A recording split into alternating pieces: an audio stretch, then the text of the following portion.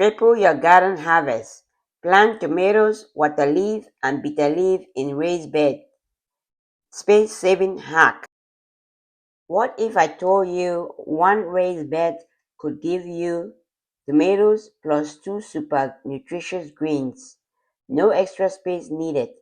Today I'll show you how to hack your tomato bed with water leaf and bitter leaf, harvesting three crops in one same soil.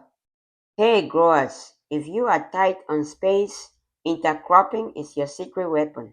Water leaf grows lightning fast in partial shades under tomatoes, and bitter leaf repel pests naturally. I'll walk you through my step-by-step raised bed method. Before we get started, let me lay the groundwork. So we know tomato is a heavy feeder.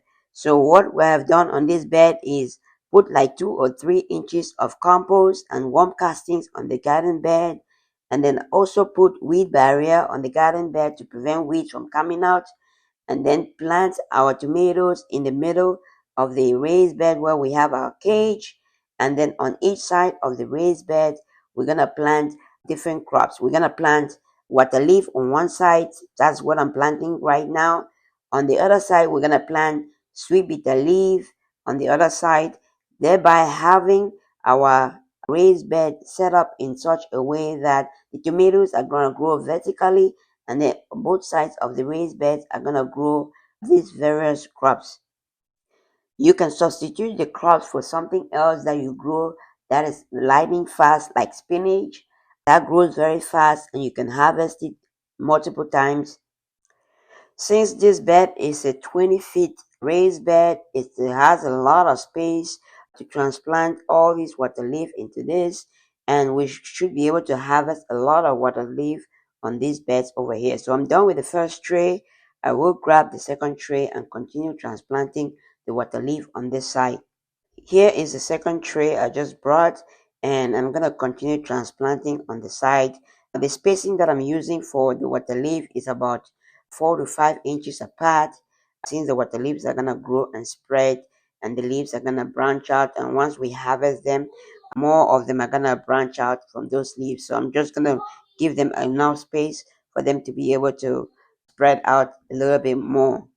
So what I love about this setup is the compact nature of all the plants that are going to be there, and the weed barrier is going to prevent us having to deal with any weeds on this bed, which is much better than mulching. You can also use mulching if you don't have a weed barrier, but the weed barrier is going to prevent a lot of weeds from coming out, and only the spaces that are open would have access to light to be able to bring in light to the plants. If you're interested in a weed barrier that I'm using, this is a heavy duty weed barrier. Check out the link below or check out my shop below for the weed barrier that I use. This one will last a long time.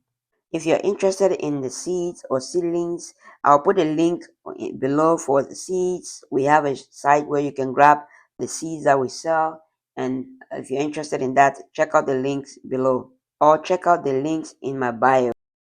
I am almost done transplanting over here. Right now, I'm just adding a few seedlings to the edges of the raised bed to fill up the space, so that way it has enough capacity to hold a lot of seedlings and is able to use all the nutrients that we have on the bed to grow plants that we just transplant.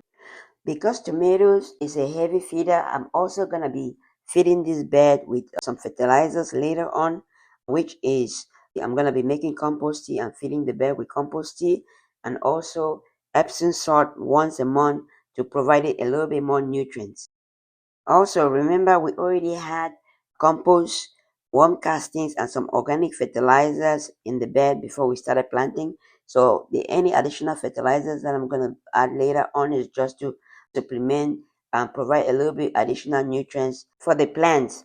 Also, remember that we had worm castings, compost, and other organic fertilizers on the garden bed when we were preparing the garden bed before we planted the tomatoes and other crops there. So additional fertilizers will be later on to feed the plants once those have depleted a little bit. Maybe after about 3 weeks to a month, I will do that.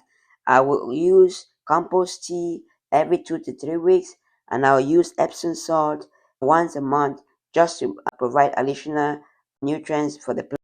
After transplanting, water at soil level to protect leaves. Mulch or weed barrier keeps the roots happy. Harvest water leaf in 2 to 3 weeks. Pick outer leaves so it keeps producing. Bitter leaf matures in about 4 to 6 weeks. Trim tops to encourage bushiness. We are done transplanting, so this is how it looks after transplanting. And you can see we have a few rows of water leaf on this side. The tomatoes are in the middle, and you can see we have quite a lot of water leaf on this side. A single harvest of this side should definitely produce a lot of water leaf. If you like what you're seeing, smash the like button, share it with a garden friend, and don't forget to follow me for more garden tips and hacks like this. At the end of this garden bed, so we have some garden eggs. We didn't plant tomatoes or water leaf there. On this side of the raised bed, we have transplanted sweet bitter leaf already. So we transplanted sweet bitter leaf like more than halfway the raised bed. We're still waiting for quite a few of the sweet bitter leaf seedlings to mature so that we can transplant it to that section over there. This is the whole bed right now, all done. So what we have to do now is just water it regularly. Like I said before, with the amount of plants we have here, we have to keep an eye on it for nutrients and also water level. I want to make sure that it doesn't dry out completely because of a lot of plants that are in there, and also make sure that it has enough nutrients for the plants to thrive and do well. What do you think about the transplant and the raised bed so far? Let me know in the comments below if you do something like this.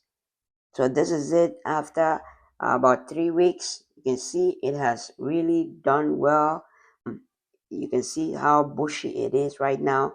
It's still growing. It's not fully there yet. Tomatoes have started producing some tomatoes over here. We're able to start harvesting some water leaf. Hopefully very soon we're gonna be able to start harvesting some of these water leaf over here and grabbing water leaf regularly from this bed. Like this is the garden egg at the end. It's also doing well. Like I said before, we didn't plant anything around the garden egg because garden egg is gonna cover the whole area. It's gonna be bushy, and I have about 4 or 5 plants of garden eggs at the end over here. On this side, we still have a few spaces left, but the sweet bitter leaf is coming along too. So hopefully within the next week or two, we should be able to start harvesting the sweet bitter leaf on this side. After the first harvest, water leaf, we're gonna be harvesting weekly. After the first harvest for sweet bitter leaf, we're gonna be harvesting it every 2 weeks or 2.5 weeks. We're probably gonna be harvesting tomatoes every day.